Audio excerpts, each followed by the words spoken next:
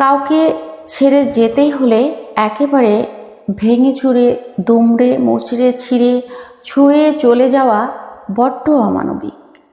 হতেই পারে আপনার কাছে 101টা ভ্যালিড কারণ আছে ছেড়ে যাওয়ার, তবু যাওয়ার আগে তাকে একবার বোঝান কেন আপনার থাকা আর সম্ভব নয়। তার পাশে বসে একটু অপেক্ষা করুন, পুরো ব্যাপারটার সাথে তাকে একটু ধাতস্থ হতে দেওয়ার। সে জেদ করলে, বুঝতে না চাইলে, থেকে যেতে বললে বা আর একটু বসতে বললে তাকে কনভিন্স করুন কেন এই সম্পর্কটা রাখা আপনার পক্ষে আর সত্যি সম্ভব নয়।